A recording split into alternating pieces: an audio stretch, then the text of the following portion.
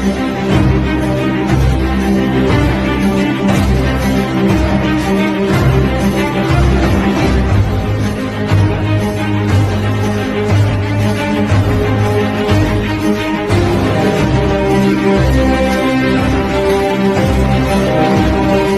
am Maharlika. Magandang araw mga kamaharlakan, naway nasa mabuti kayong kalagayan at maayos na pangangatawan. Warahmatullahi wabarakatuh. Magandang umaga po sa inyo. This is Queen Helen Abdurrajak Elizabeth III.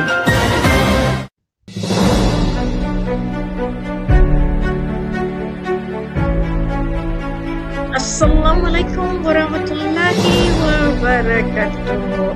Live from the land of our forefathers and the land of our ancestors.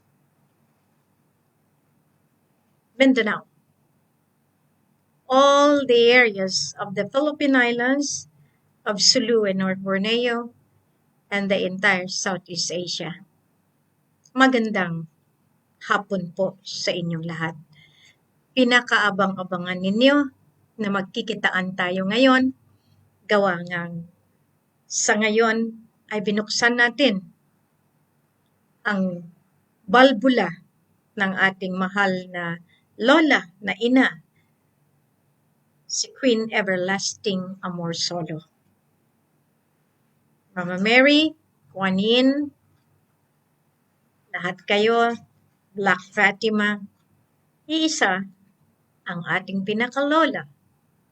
At maraming salamat dahil sa araw na ito napakita natin ang pinakamagandang suporta sa buong mundo. Maraming salamat sa muli, Sultanate of Maguindanao, Dato' Ahmad, ang ating mga masigasig na mga kababaihan na mga bay, by Shirley, by Sarina, lahat ng mga bay na nandiyan dyan, at to you dyan sa ating sa looban ng Dato' Piang, by Sagira, by Geds, lahat kayo ng mga bay na talagang nagtulong-tulong, magkulintang para sa pagbigay-pugay sa ating mga kalulololohan at kalololahan na nagbantay sa ating lahat. Iyan ang talagang ipinamalas sa atin ng ating mga enchanted, ng ating Lemuria. Magandang hapon din sa atin dyan sa Sultanate of Soxarjan, kay Sultan Pokan, Dayang Ruby, Sultana Usman, lahat kayo, kay Ama Ali. Maraming salamat dahil talagang pinapakita natin ang kasaysayan na nakalimutan na nasa pahabang panahon. Maraming salamat din sa inyo, Dato' Abdila Sulaik, sa ating kabakan, sa atin dyan sa North Cotabato. Kaya talagang ito na, hayaan natin na talagang mag-uusbong ang ating pinansyal sa hanay ng ating mga kasama. Thank you sa mga OFW na nag-raise ng pundo. Ang reward na sa inyo yan na pag-uusapan na namin ni Dato' Jeff Austria. Maraming salamat. Ngayon, dumako naman tayo dyan sa ating mga kasama sa Pagadian, dyan sa Zamboanga del Norte. Marami kayong mga kasamahan na talagang nagpakita ng giles. Nandiyan din si Bay Edna Silva. Thank you sa inyong selebrasyon. And to you, sa ating Sultanate of Lanao, na ngayon ay pinangungunahan ni Dato' Raja Don Abdul Makabangon ng Lanao at ng nandiyan na sila. Kaya nga Dato' Nas, Dato' Kali, hinahanap nyo kung sino ang magiging kasamahan kasi sinasabi ko nga sa inyo, nagantay ako ng maraming taon. Pero kailangan kasi merong sumagip sa pamumuno ng ating mga lolo sa Lanao. Kaya nagpapasalamat din ako na talagang tinulungan ako nang dahil alam ko rin kung meron kayong problema, lumapit kayo sa kanya. Dahil dito, alam namin din kung ano ang punot dulo. Maraming salamat din sa atin sa Zamboanga, si Kakadayang, si Prime Minister, na nag-celebrate din alang-alang sa ating kaarawan na kasama ang Lola Queen Everlasting Amor Solo. Ngayon, dako tayo sa Sulu. Salamat General Joy Abubakar sa pagbigay ng paraan para magtipon-tipon kayo at lumabas sila lahat diyan na ating mga loyalista na talagang tumayo para sa atin. Sheriff Inil sa ating Armed Forces, sa Royal Armed Forces, si Sheriff Abraham, si Sheriff Anong, Sheriff Uga, no, Dugasan ng ating sa Parang. Marami po tayo na nagpapatunay na nagkakaisa pa rin ang ating mga samahan. Hayaan niyo sila pumasok sa kabila. Sinasabi ko nga sa inyo, gusto nila ng kabilaan, pabayaan natin. Ngayon, sa Sultanate of Panay, Princess Lucia, Princess Lorena, and Sultan Edgar. Diretso po tayo kasi siyempre natural lahat yan. Meron tayong tinatawag na pamumuno. Merong mga ibang grupo na talagang nagsusuporta din sila sa pamamaraan na nandiyan sila nakahanay sa finance. So tayo, ngayon sabi ko nga sa inyo, wala dito kampi-kampihan. Ngayon, kung ayaw nila tayong sundin at meron silang sariling pamamaraan na hindi ko inuutos, ay lahat naman iyan mananagot. Kaya yan, marami sa kanila gumagamit ng ating mga kaparaanan, akala natin kasama sila, yun pala ay hindi natin kakampi.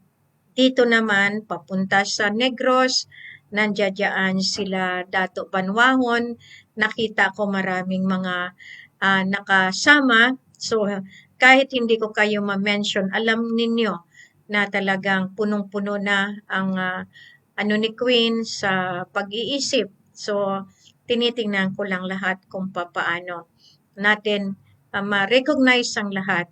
Salamat din kay Tatay Tomas at saka kay Nanay Leonora Hapole ng Negros Oriental. Salamat sa inyo sa pagpatigayon sa pag-promote ng ating Lupasug Empire sa pamamagitan ng ating mga ginagalawan na pagpapalaganap ng katotohanan na iyon ay matagal na natin ginagampanan. Maraming salamat din dito sa part ng atin sa Luzon, sa Visayas, no, Sultan Jerry ng Sultanate of Cebu, Sultanate of Visayas, nandiyan po kayo lahat na magpapatunay na meron tayong mga tinatawag na territorial domain. Since kayo ay naatasan, salamat po sa suporta kahit minsan masakit dahil inaakusahan tayo ng ating mismo mga kapatid, kapamilya na tayo ay nalihis ng landas. Sila po ang nalihis dahil alam natin na pag dumating na yung panahon, diyan nila makita kung sino nga ba ang kinalaban nila. Masakit, di ba? Pero sa isang banda, alam ninyo ang birthday wish ko para kay Lola na sana buksan niya na lang lahat ang mga isipan ninyo. Sa lahat ng paghihirap ni Queen, sa lahat ng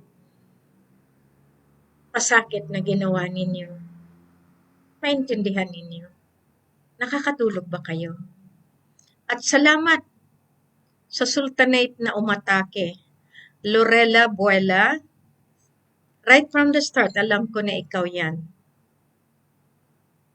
Umalis kayo nang sinaktan niyo mismo ako. Hindi kayo naawa. Wala kayong narinig sa akin sa katraiduran ninyo. Subalit ngayon, patago pa kayo ng atake. La John, ikaw ang Junior Aguila, magsasuffer ka dahil marami akong natanggap na mga report sa ginawa mo katulad ng ginawa ni Senior Aguila. Matakot ka Lorella. Pinapahanap ko ngayon si Ciela kasi pag natuntun ko si Ciela, alam nyo rin kung anong mangyari. Hindi ako umiimik, pero mali ang inyong inatake. Hindi ako. Tandaan niyo iyan, ang kapalaran nakasalalay mismo sa inyong mga kamay. Kung kayo ay nagiging matuwid mula pa noon, hindi kayo madadala kahit nino man. Ngayon, paano iyan? Natuntun kayo. Hindi lang ikaw, marami pa kayo. Sino yung nag-apak-apak ng aking tarpaulin? Sino yung gumawa ng basahan ng aking mga Royal Armed Forces na mga t-shirt? Sino yung nagsasalita hanggang Pangasinan? Hindi kayo natakot? May batas ang soberenya. Ginamit nyo lang yung aking papeles dahil alam nyo, hindi nyo kayang talikuran yung mga IT. Dahil pag yan ang nag-complain sa inyo, lahat kayo mananagot. Dahil sa inyo pamemera sa akin misyon. Ngayon, kung gagalaw kayo sa paraan nyo, meron kaming tinatawag na hustisya. Ngayon, matitikman nyo iyan. United Nations, akala nyo biro yan? World Bank, wala na kayong papupuntahan.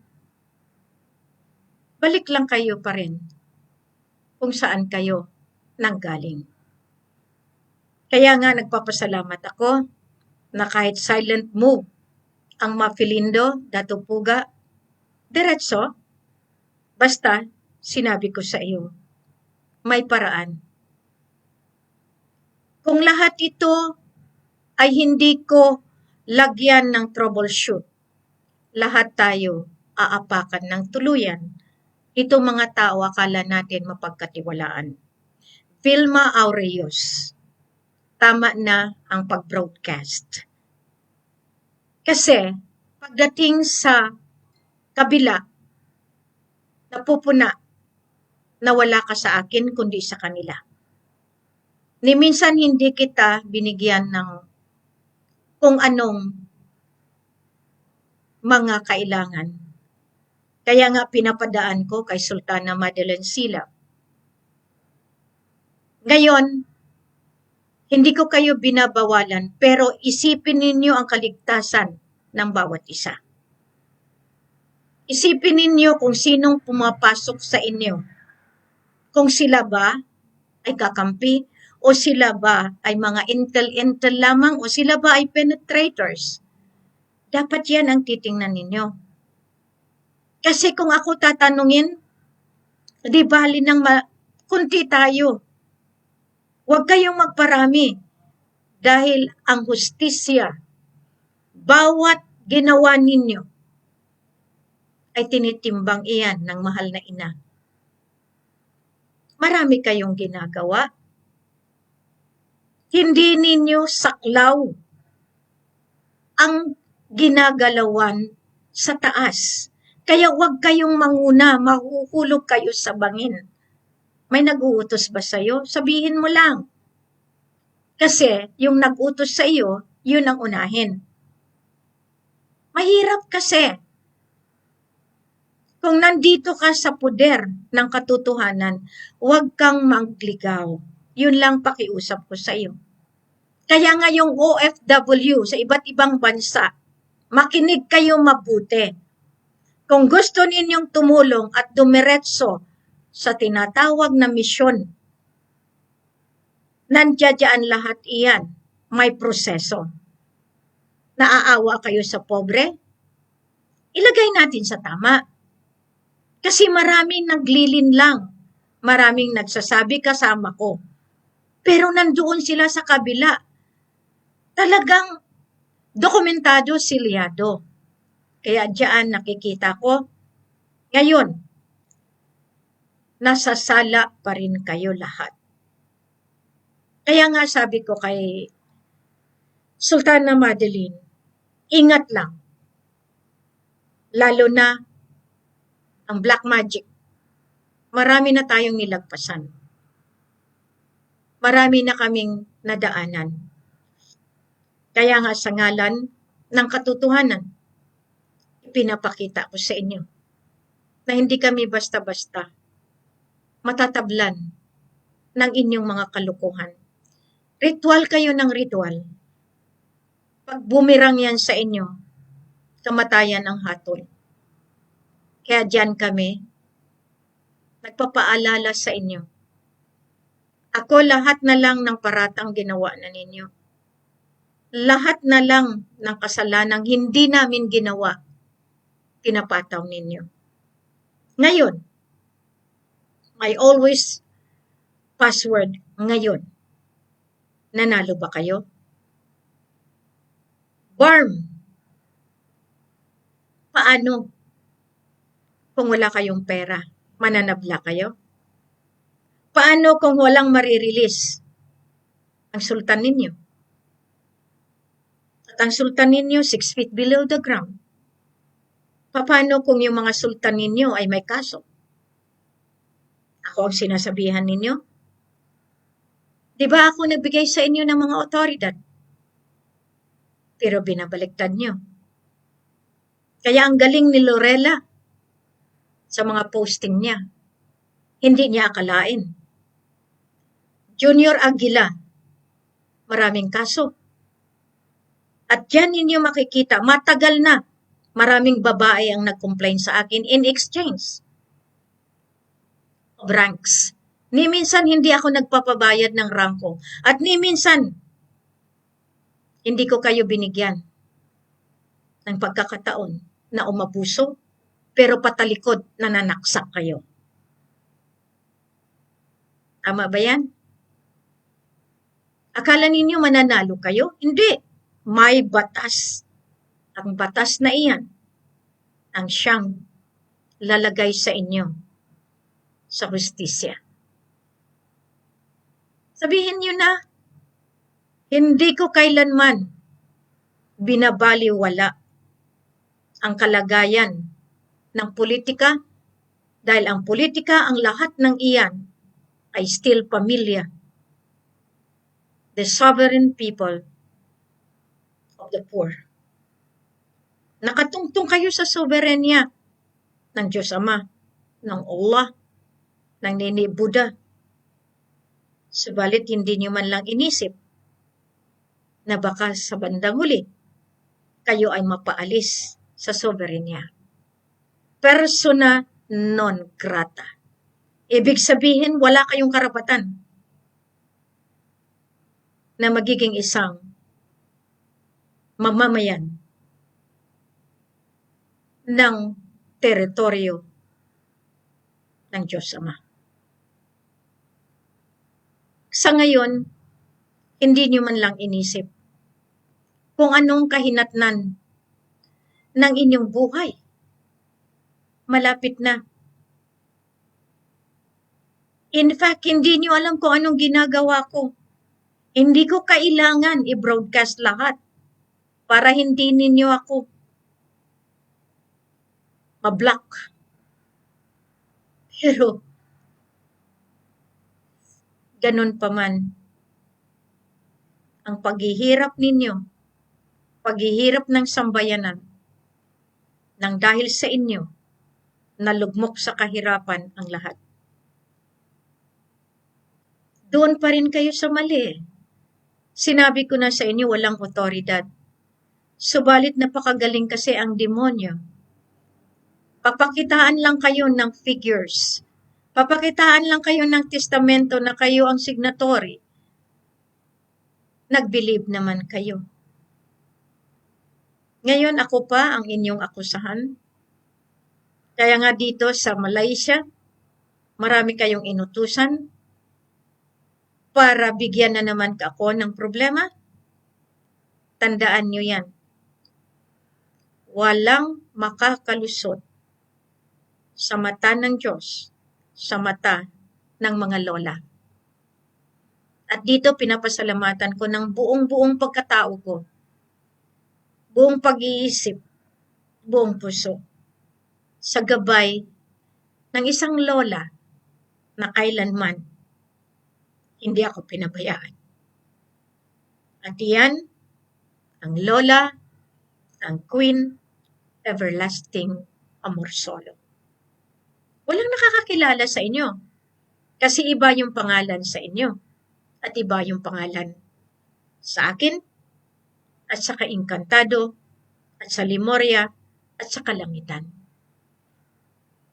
Marami na kayong ginawa. Nililista lang nila. Pero kung dagdagan nyo pa, tandaan nyo, mas matindi sila magparusa. Sana maintindihan nyo na ang buhay iisa.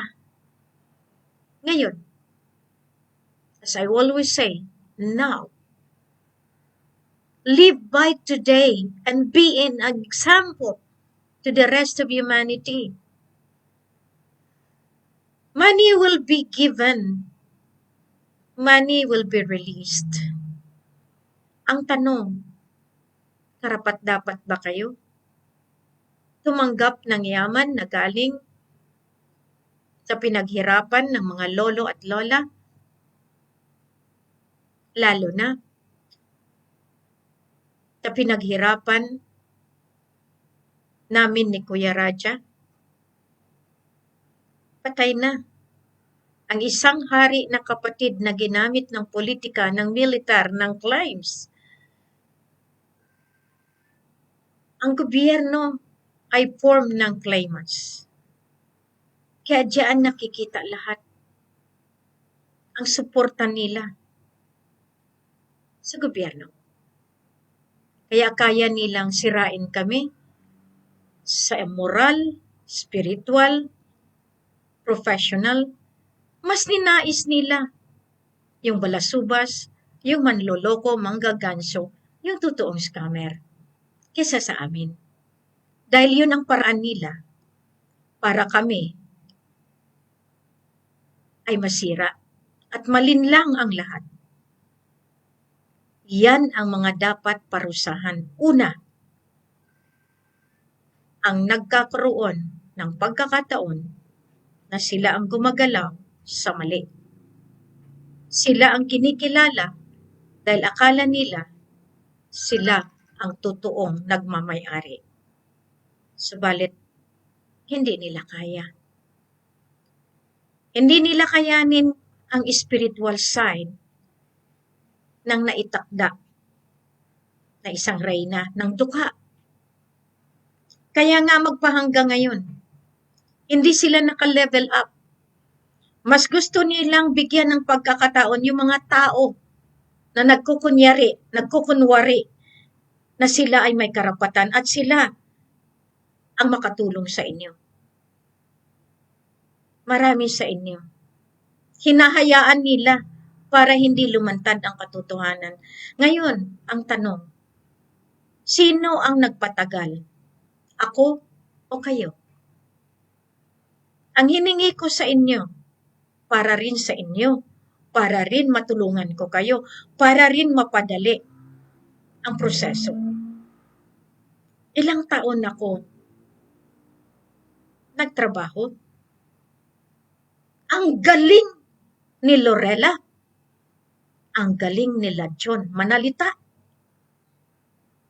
Ang galing ng manluloko na totoo. Ikumpara nyo kaya ang katayuan nyo sa akin? Ang profesyon na pinaghirapan ko, basta lang ganon. Ang galing niyo manalita at maraming nakikinig sa inyo dahil sila balasubas din.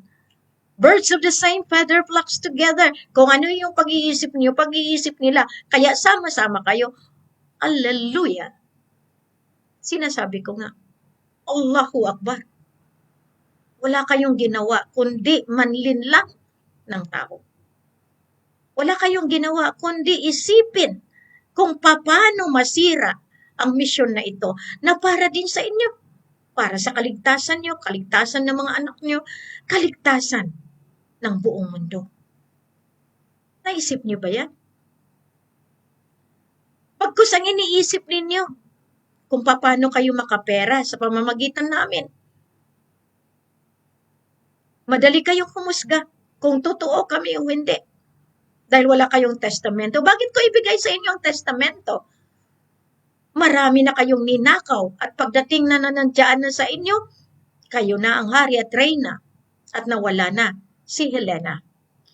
Di ba? Marami sa inyo. Walang konsyensya. Pero, hindi ninyo namalayan na ang inyong pagkatao inaanay na sa impyerno. May kapalit, may karma.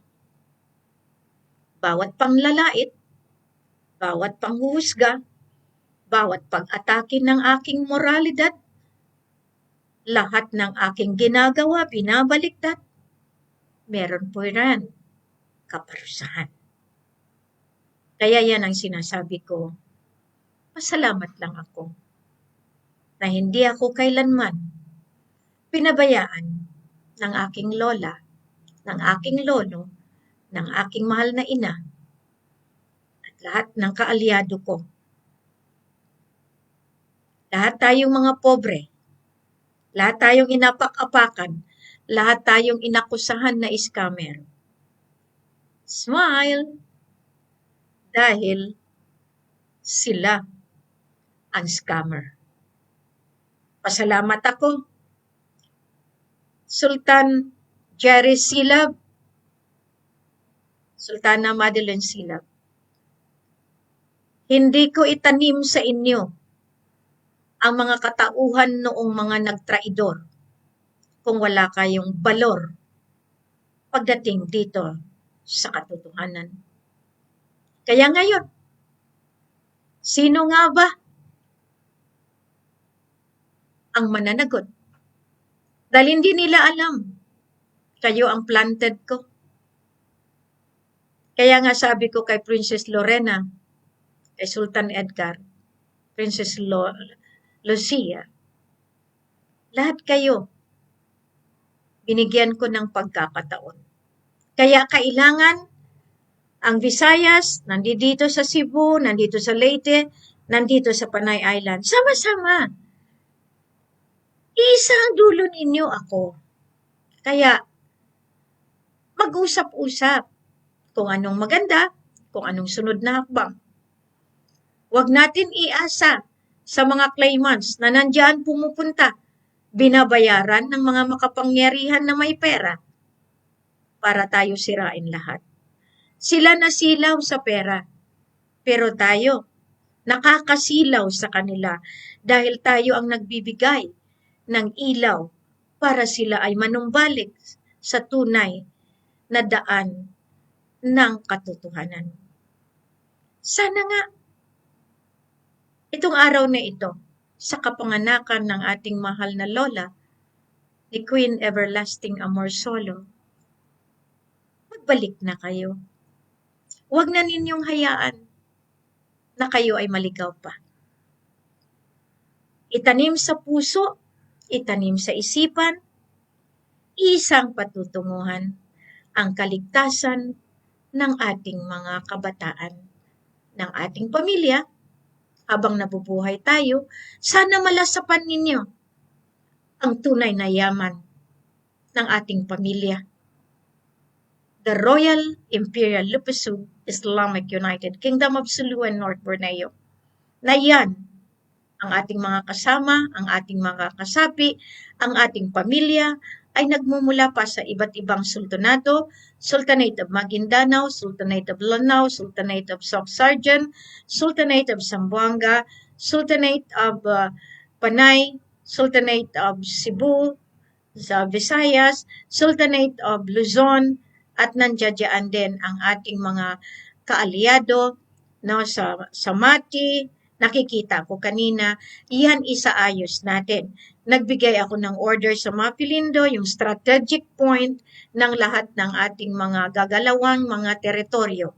Iyan ay aayusin. Lahat ito mabibigyan na kapag nandiyan na ang ating budget, ang ating funding. Kaya nga sinisikap ko na mabuo ko yung aking babayarin. Kaya nga sabi ko, tama na. Tama na ang pagkumpetensya ninyo sa ginagalawan ko. Dahil nakita ninyo ang pera, kaya sorry lang yung mga tao nagsasabi na nakuha ko. Hanapan niyo yung mga tao nagpresenta para sa inyo. Hanapin niyo ang bawat sentimo na ibinigay ninyo sa kanila. Dahil yung lahat ng binigay ninyo sa akin ay kaya kong ibalik muli na may reward pa. At iyan, dahil inutos iyan ng aking mahal na ina. Maraming salamat. Magandang umaga, magandang hapon, magandang gabi po sa lahat ng ating mga kapamilya sa buong mundo. Masalam